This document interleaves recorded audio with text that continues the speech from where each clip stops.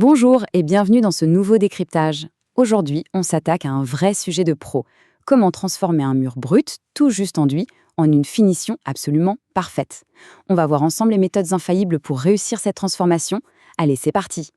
Au programme de notre analyse, on démarre avec les types d'enduits, puis la préparation du support, le rôle clé de la sous-couche, les techniques d'application, et on finira avec un point incontournable sur le budget et les grandes tendances déco de 2025. Première étape, et pas des moindres, comprendre les types d'enduits, la vraie base du succès. En fait, c'est comme un puzzle en deux étapes. D'un côté, on a l'enduit de rebouchage. Ça, c'est du lourd, une pâte bien épaisse qu'on utilise pour combler les gros cratères, les fissures ou les cicatrices du mur. Et de l'autre, on a l'enduit de lissage. Lui, c'est un peu la touche magique, une couche ultra fine qui vient gommer les micro-défauts. La règle d'or à retenir ? On rebouche d'abord, on laisse bien sécher, et ensuite seulement on vient appliquer la couche de lissage. Petite parenthèse importante sur les enduits décoratifs. Vous savez, ces finitions superbes comme le Tadelact, le stucco ou le béton ciré.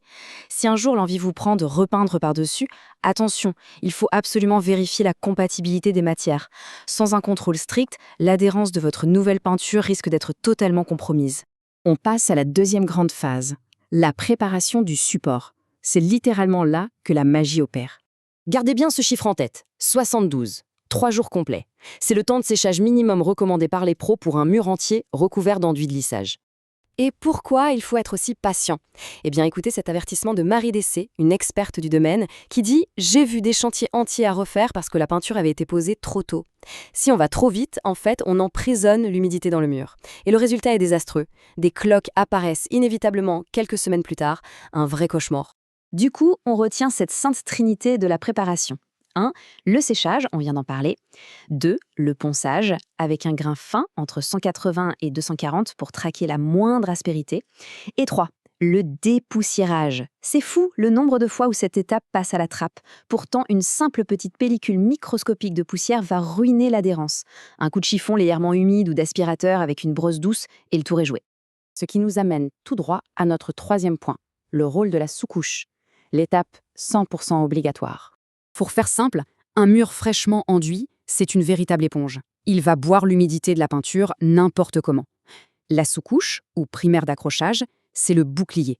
Elle scelle le mur, elle bloque l'absorption, elle donne une super accroche à la peinture finale et, cerise sur le gâteau, elle fait ressortir les derniers petits défauts de ponçage à corriger. Sans elle, c'est le fini tacheté garanti. Et pour être super concret, voici une référence que les professionnels adorent, la sous-couche universelle Julien J2. Pourquoi elle cartonne ? Déjà pour son prix. Environ 25 € les 2,5 litres, de quoi couvrir 30 mètres carrés. Mais son atout numéro 1, c'est qu'elle sèche en seulement 2 heures, un gain de temps monumental. Le mur est prêt, on attaque le chapitre 4, technique et choix des peintures, le grand match entre acrylique et glycéro.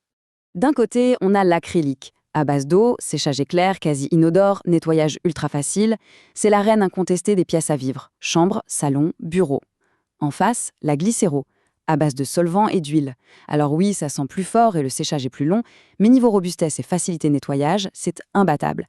C'est vraiment la solution parfaite pour les pièces humides, comme la salle de bain ou la cuisine. Côté matériel, il faut les bons outils. Le rouleau, c'est la base, idéalement avec des poils de 10 à 12 mm pour un beau rendu mat. Le pinceau est strictement indispensable pour dégager les angles et les fenêtres.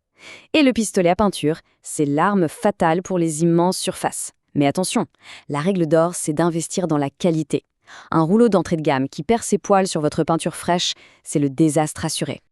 Allez, un petit secret de pro qui change tout. Entre chaque couche de peinture, passez un coup très léger de papier de verre grain 240. Honnêtement, ça ne prend que 10 minutes par mur, mais ça vient casser toutes les micro-aspérités. C'est l'astuce ultime, pas très connue, pour obtenir ce rendu lisse et velouté absolument parfait. On arrive déjà à notre 5e et dernier chapitre, le budget, les erreurs à éviter et les grandes tendances de 2025. Parlons peu, parlons budget, parce que le contraste est saisissant.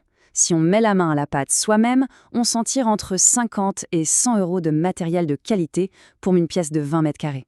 Par contre, si on délègue un artisan professionnel, la facture grimpe entre 20 et 40 € par mètre carré. L'économie est donc massive quand on le fait soi-même, mais évidemment, ça demande du temps, de l'énergie et beaucoup de rigueur. Et pour le style alors ? En 2025, on cherche le réconfort, l'effet cocon. On voit énormément de finitions mates veloutées et des tons super organiques. Pensez terracotta, beige rosé ou l'incontournable vert sauge. Et la petite touche en plus, c'est de rehausser ces couleurs douces par un mur d'accent bien sombre, comme un bleu marine intense ou un vert émeraude, pour créer un contraste magnifique. Alors, pour conclure cette analyse, la patience et une bonne sous-couche seraient-elles les vraies armes secrètes de votre prochaine rénovation? Ce qu'on a vu aujourd'hui montre bien que la préparation technique compte tout autant que vos choix de couleurs. Une base solide, c'est vraiment le tremplin qui permet toutes les folies décoratives. Voilà, vous avez maintenant toutes les clés en main pour réussir vos peintures sur rendu comme des professionnels.